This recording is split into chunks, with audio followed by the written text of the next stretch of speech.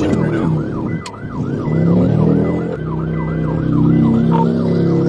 That motor came back up.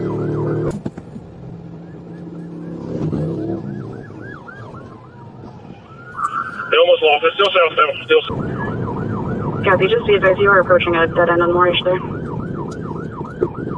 Clear. Getting ready there. Still southbound.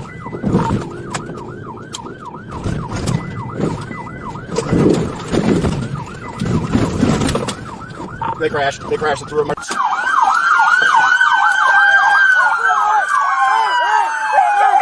She's dead. She's dead. The 911 operator whispered as the call began to crack.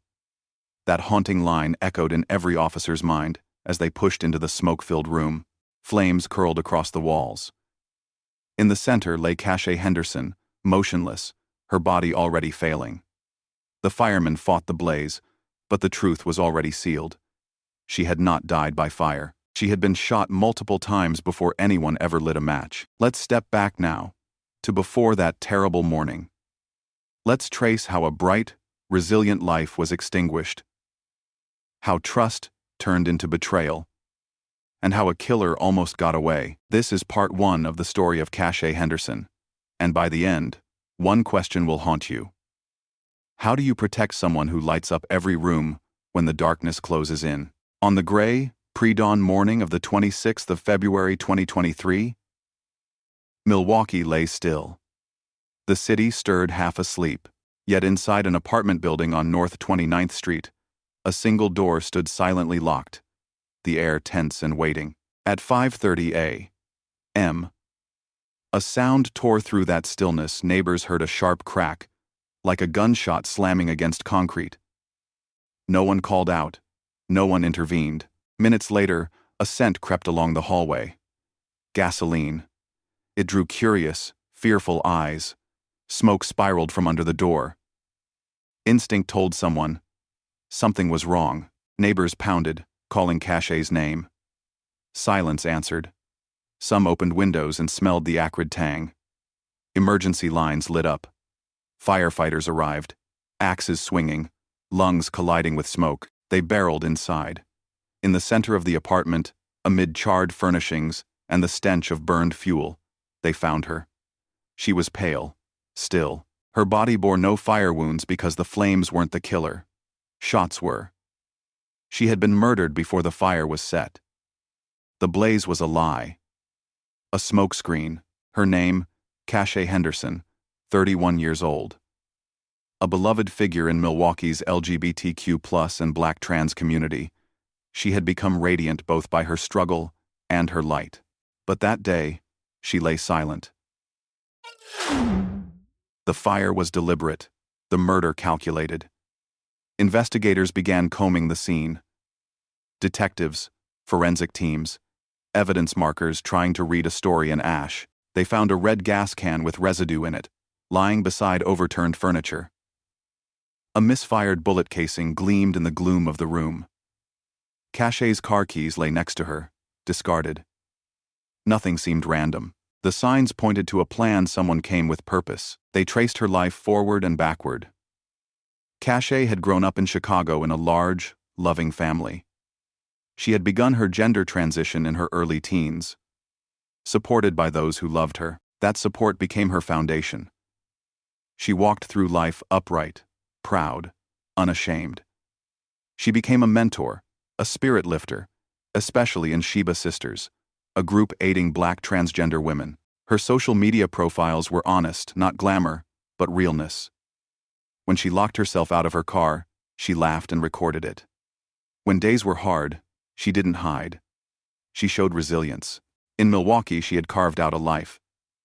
She was independent, saved money, bought her own Toyota, built friendships, served younger trans women with care and encouragement.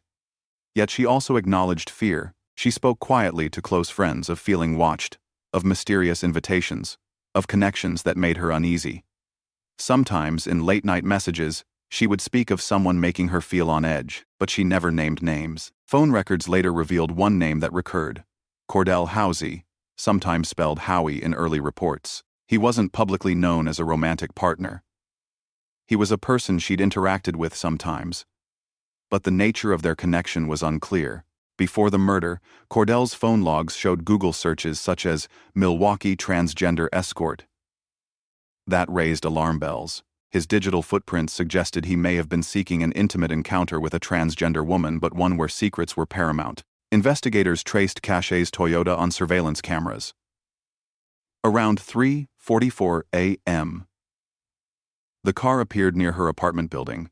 Seconds later, a blurred figure exited and disappeared into the shadows. Later, that vehicle was found, and inside, on a container of Lysol wipes, a print. Cordell's fingerprint. DNA swabs across her apartment, her car, and other items connected to the crime scene yielded traces matching him too. Investigators dug into his past. He had a criminal record, prior arrests, and associations with drug and violence offenses. Witnesses further filled in the story. One person testified that Cordell was driven from Neenah to Milwaukee just the day before the murder. After the crime, the same witness later saw Cordell with a Gucci bag and a Rolex watch, items later confirmed as belonging to Cachet. Another witness said Cordell appeared at their home post-murder, brandishing a gun, forcing them to sit while he played a video. It showed the dead body of Cachet, bloodied, in her apartment. He reportedly muttered hateful slurs while watching, a ruptured mixture of shock and triumph. When police moved to arrest him, he fled. A chase roared through the streets. During the pursuit, he discarded items most critically: a green laser-equipped handgun, whose ammunition matched the misfired bullet found in Cachet's apartment. His vehicle eventually broke down. He was arrested at the scene, with items belonging to Cachet in his possession. Interrogation revealed a man fractured, shifting between calm and explosion. He maintained denials, claimed memory lapses, sometimes said he was merely visiting, but the evidence against him was overwhelming. Fingerprints, DNA, digital searches, eyewitnesses, video, physical items, flight. In June 2024, after a week-long trial, the jury found Cordell Housey guilty of first-degree intentional homicide, arson, and possession of a firearm by a felon. In November 2024, he was sentenced to life without parole, plus 30 years for the additional charges. But even in that verdict, there lingered impossible questions. Did Cordell kill her because he discovered she was transgender during their meeting, panicked, and lashed out? Prosecutors indeed argued that once their intimacy deepened and her identity revealed itself, he entered into a spiral of fear and shame. Or was there something more? A secret of Cachet's he wanted buried. A relationship that threatened his own facade. Friends and activists point out an even deeper wound. Cachet's death was the third murder of a black trans woman in Milwaukee in 9 months. The city's trans community reeled. These were not isolated tragedies, but a pattern. Her family requested charges be brought as a hate crime. The public, torn between grief and outrage, demanded that her name be more than a casualty. Cachet's sister Ada spoke in court. She was kind, very loving. She didn't deserve this. But even as the legal system delivered a harsh sentence, no one could bring her back. No verdict could fill the void. Now, the case stands as both a closure and a wound. Cordell sits behind bars. But one question is left hanging in the smoke-scarred walls, and in the memory of a woman taken too soon. What exactly led him there that night? Was it panic, hatred, fear of exposure, or a deeper darkness he could not control? By the time the smoke cleared from Cachet Henderson's apartment, the investigation had already begun to unravel the tangled web of truth and lies that surrounded her death. Detectives sifted through the charred remains of the scene, their gloves dusted with ash as they picked out each small piece of evidence. The red gas can, the bullet casing, the abandoned keys, every item felt like a whisper from Cachet herself, pointing investigators toward the person who had ended her life. At first, the evidence seemed scattered, like puzzle pieces that didn't quite fit. But slowly, with persistence, a clear picture began to emerge. One of the earliest and most important breakthroughs came not from the apartment, but from a car, Cachet's Toyota. To her, it was more than a vehicle. It was independence, freedom, a symbol of how far she had come.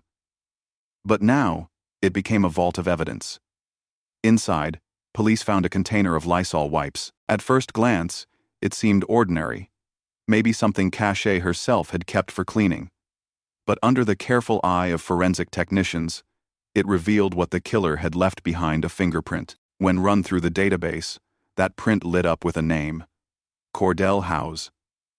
This was not some stranger pulled out of the shadows, but a man already known to law enforcement, a man with a troubled history and a rap sheet that painted him as dangerous and reckless. The discovery shifted the tone of the investigation entirely. This was no longer about identifying who. Now it was about proving the how and why. Security cameras around the neighborhood gave detectives their next crucial lead. One camera showed Cachet's Toyota moving near the apartment around 3:44 a.m. Another caught a blurry figure slipping out of the building and vanishing into the night, just minutes before the fire was set. The figure couldn't be clearly identified, but the timing matched perfectly with the fingerprint evidence. It was enough to suggest a direct connection. Witnesses added another chilling layer. One man told police he had driven Cordell from Neenah to Milwaukee the day before the crime, unknowingly transporting a man who would soon commit murder. After the killing, Cordell appeared to this same witness carrying flashy items: a Gucci bag and a Rolex watch. At first, it looked like robbery had been a motive. But these items weren't just valuables, they were Cachet's possessions. His movements and his trophies tied him directly to her. But what left investigators and later the community most horrified was another account. A different witness recalled how, not long after the murder, Cordell showed up at his home in a disturbingly calm yet unstable state. He carried a gun and forced the man and his wife to sit in silence. Then, pulling out his phone, he pressed play on a video. On the screen was Cachet's lifeless body, lying in her apartment, her dignity desecrated even in death. As the video played, Cordell muttered hateful slurs, his expression a twisted mixture of pride and madness. The couple was too terrified to act, praying only that he would leave without harming them. Later, when they spoke to investigators, their testimony added a chilling portrait of a man who not only killed, but seemed to revel in his cruelty. As these fragments of evidence piled up, investigators began examining Cordell's digital trail.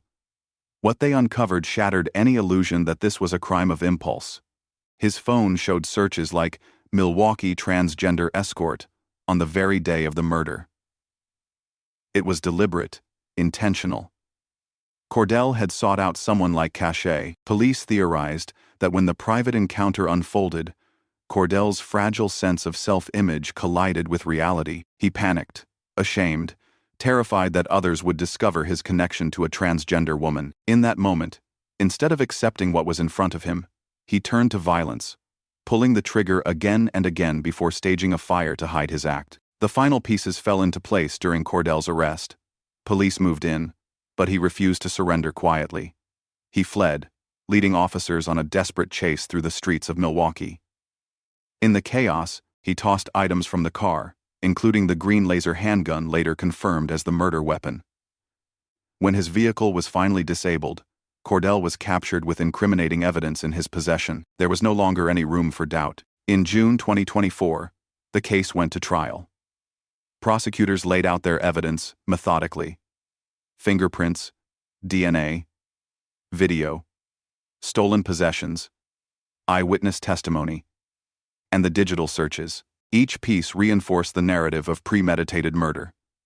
The defense attempted to raise questions, hinting at inconsistencies, but the sheer weight of evidence was impossible to deny. The most damning detail came when prosecutors revealed that Cordell had intentionally sought out a transgender woman online that day. That search history stripped away any argument of chance encounter. It was a choice, a deliberate act. When the jury deliberated, it took them only 1 hour to reach a decision: guilty of first-degree murder, arson, and firearm possession. Months later, on the 25th of November 2024, Judge David Swanson sentenced Cordell to life in prison without parole, plus 30 years for the additional charges.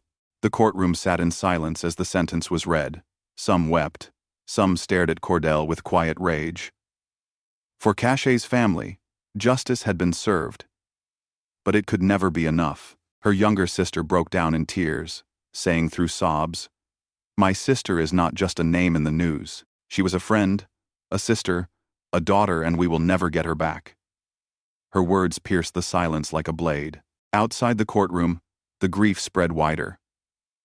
Cachet was the fourth black transgender woman killed in Milwaukee within a single year. To many, this was not an isolated tragedy but part of a devastating pattern of violence against transgender women of color. Advocates and community leaders called for hate crime charges, demanding not only justice for Cachet but recognition of the broader epidemic of violence. Candlelight vigils lit the streets, names were spoken aloud, and communities stood together. But behind the solidarity was raw fear anyone could be next. Cordell may spend the rest of his life behind bars, but questions remain unanswered. What really drove him that night? Was it solely panic at being exposed? Or was it deep-seated prejudice festering inside him long before? Could Cachet's murder have been prevented if the warning signs, the secretive meetings, the uneasy feelings she confided had been recognized? These questions echo still, unresolved, hanging in the air like smoke that refuses to clear. And that haunting truth is what lingers most. Justice may punish the killer, but it cannot restore the light that Cachet carried, nor erase the darkness that allowed it to be extinguished.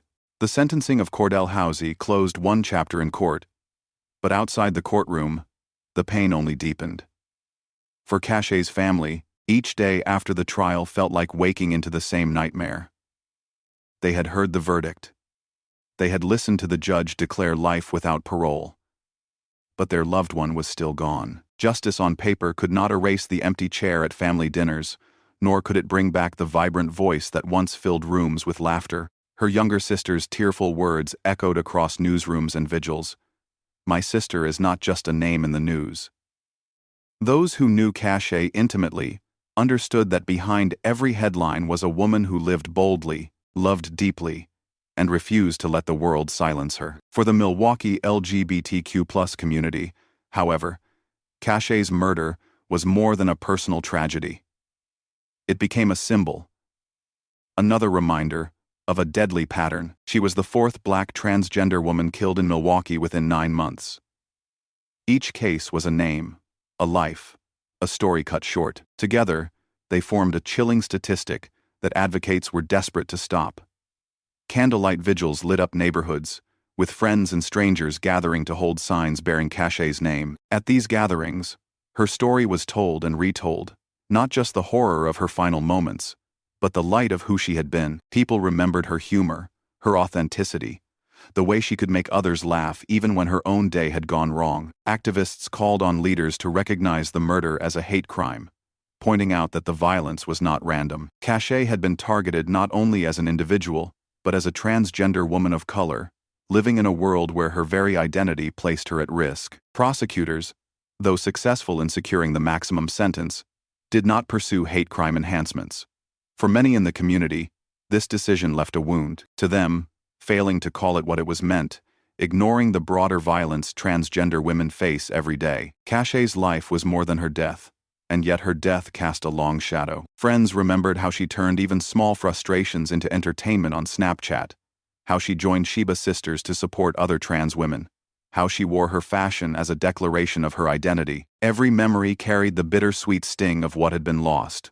Her Toyota, once a symbol of independence, now sat in police custody as evidence. Her laughter, once a comfort, now echoed only in recordings and memories. Cordell's motive remained a matter of painful speculation. Prosecutors argued that the violence was born in panic, an intimate encounter that exposed what he was desperate to keep hidden. Fear of exposure, fear of shame, drove him to pull the trigger, then set the fire in hopes of erasing his act. But many believed there was something deeper, a hatred rooted in prejudice, a refusal to see Cachet as human, a choice to reduce her existence to a threat against his fragile image. Either way, the result was the same. Her life was taken brutally, needlessly. In Milwaukee, grief and outrage merged.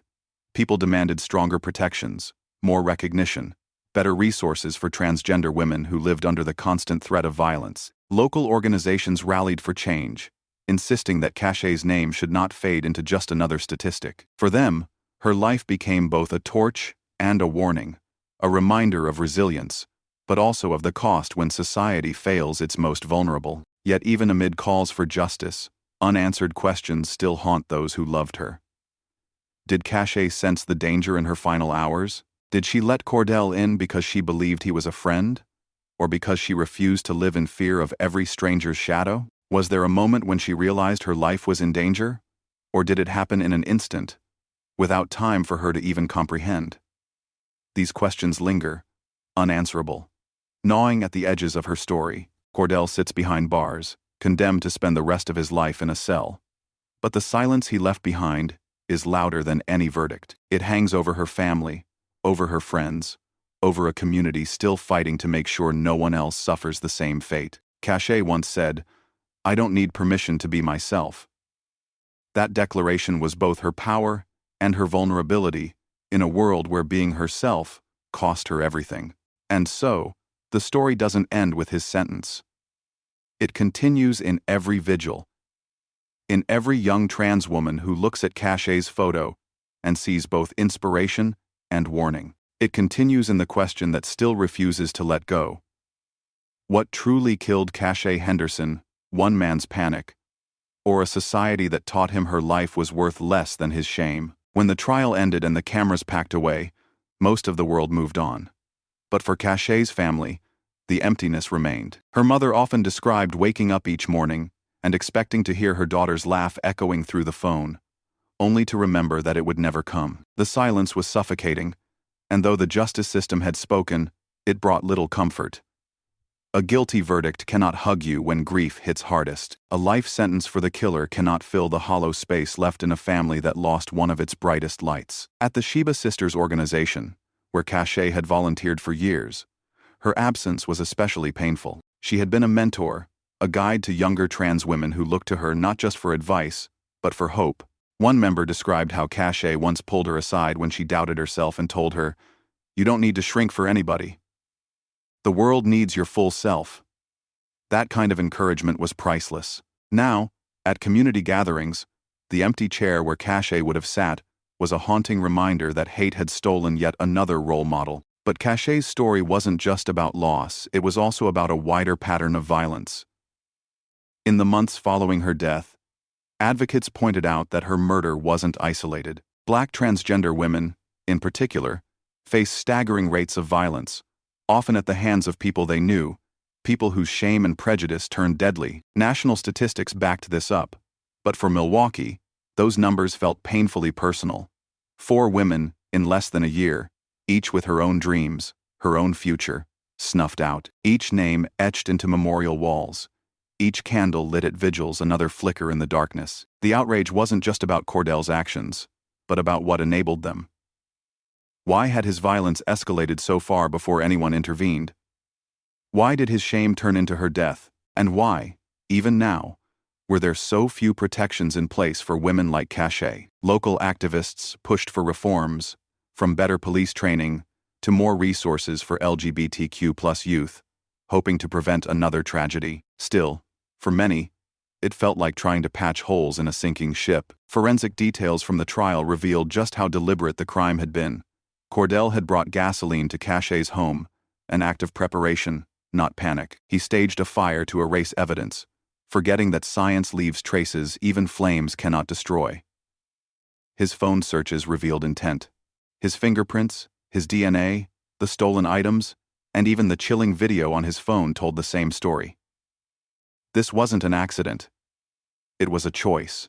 Yet behind that choice lay something deeper: fear, denial, and hatred tangled together. The community tried to reclaim Cachet's legacy. Murals of her smile began appearing on city walls. Her story was shared at pride events. Her name read aloud during memorials. She was remembered not for how she died, but for how she lived openly, unapologetically, joyfully. Yet every tribute carried a trace of anger. Why should someone so radiant, someone so determined to live authentically, have to become a martyr just to be recognized? And so, her case became more than a crime story. It became a reflection of a society still struggling to see transgender women as fully human. It became a mirror showing the ugliest parts of prejudice and fear. Even as Cordell sat behind bars, the true killer felt larger than him, systemic, pervasive, embedded in every hateful glance, every whispered slur, every law or policy that made trans lives more precarious. The haunting truth is this: Cache was killed by one man, but she also died because of a culture that taught him her existence was something to be ashamed of. And until that culture changes, the fear remains that her story will not be the last. In the end, the community is left holding on to both grief and resolve. Grief for the life that was stolen, resolve to make sure her name isn't lost in the shadows of statistics. Each vigil, each speech, each whispered prayer is an act of defiance against the silence Cordell tried to impose with his gun and fire. Cache's light, though extinguished too soon, refuses to stay buried. But the question that still lingers, almost like smoke curling through the air, is whether her death will ignite lasting change, or whether, like so many before her, she will be remembered only briefly before the world forgets. In the months after Cordell Housey was led away in handcuffs to serve the rest of his life behind prison walls, the streets of Milwaukee bore witness to something both heartbreaking and defiant.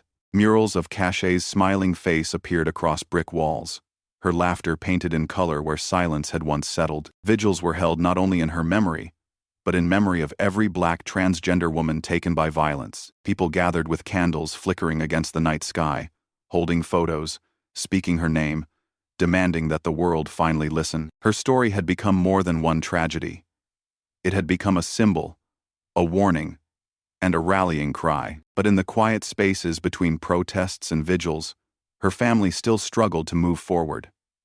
Each holiday was a wound reopened. Her younger sister admitted she sometimes dialed Cache's phone number just to hear the voicemail greeting, to feel for one moment as if her sister were still alive. Her mother sat by the window some evenings, expecting Cache's car to pull into the driveway as it once did, headlights cutting across the dark. These were the private griefs the public never saw, the kind that no courtroom verdict, no prison sentence, could ever ease. Within the community, conversations turned to the hidden dangers women like Cache faced daily. So many encounters were shaped by secrecy, men who approached them in private but refused to acknowledge them in public. Men who sought intimacy in the shadows but carried shame like a weapon. That secrecy, advocates warned, was often where violence began.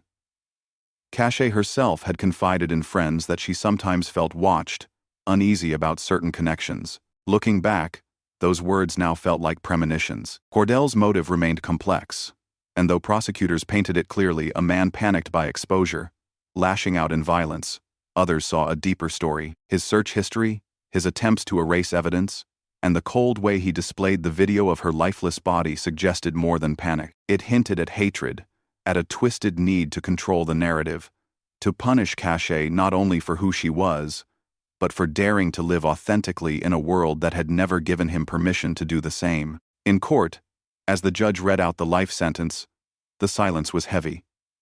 Some felt relief, others only more loss. One family member whispered, "It won't bring her back." And that truth hung heavier than the sentence itself. Justice, after all, was never designed to heal. It could only punish. And what did punishment mean when a vibrant life was gone forever? The broader implications of her death rippled across the city. Advocacy groups renewed calls for stronger protections for transgender women, better support systems, and more recognition of hate-motivated violence. They argued that until society learned to truly accept transgender lives, stories like Cache's would repeat. Her murder became part of a grim statistic, but those who loved her refused to let her be reduced to a number. They spoke of her style, her humor, her role as a mentor. They remembered her as someone who did not just survive, but thrived, until the night her trust was betrayed. And so the case left Milwaukee with two legacies. The first was tragedy. A young woman murdered brutally, her final moments hidden beneath flames meant to erase her story. The second was resilience. A community determined to keep her name alive, to turn her story into a catalyst for change. But even as vigils ended and headlines faded, the question that remained was whether that change would come soon enough to protect the next woman living as boldly as Cache once did. Because while Cordell now spends his days behind steel bars, the prejudice that fueled his actions remains outside, lingering in the shadows. And for every candle lit in Cache's name, there are still too many flames sparked by hate. The story of Cache Henderson does not end with a prison sentence. It ends, perhaps, with the haunting challenge her life leaves behind. Will we ever build a world where being yourself isn't a risk, but a right. Even now, long after the courtroom lights dimmed and the cameras shifted to the next headline, Cachet Henderson's story continues to reverberate like a song that refuses to fade. Her name has been etched into community murals, spoken in church services, and whispered in moments of quiet grief among friends who still feel her absence like a shadow in every room. Each tribute carries the same message. Cachet was more than a victim. She was a force of joy, a beacon of courage, a woman who taught others that authenticity was not only possible, but necessary. Yet her legacy is bittersweet. For every smile painted on a wall, there's a question mark left in its shadow. What if Cordell had walked away, instead of reaching for his gun? What if shame hadn't outweighed humanity in his mind? What if society itself had not conditioned him to see his encounter with Cachet as something dangerous, something that had to be hidden at all costs? These questions linger because they reach beyond one man's crime. They touch on the cultural wounds that enabled it, the persistent stigma, the prejudice, the failure to protect those most vulnerable. Her family still clings to her memory with equal parts pride and sorrow.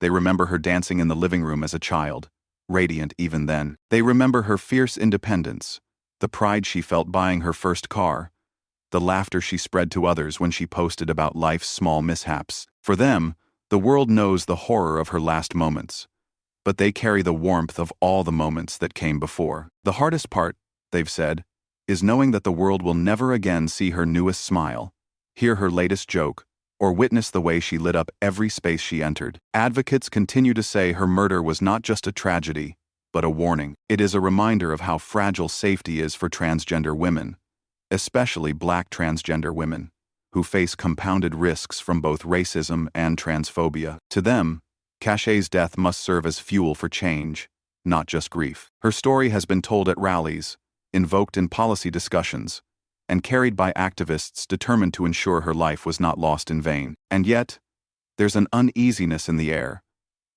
a sense that no matter how many names are read at vigils, no matter how many candles are lit, the violence has not stopped. Cordell Housey now sits in a prison cell, his life stripped of freedom, his name forever tied to the cruelty he unleashed. But the truth is, his punishment does not heal the deeper wound. It cannot restore Cachet to her family, nor can it undo the message his violence sent. That authenticity, for too many, can still cost a life. The justice system may have closed his case, but it has not closed the case of systemic violence that claimed her.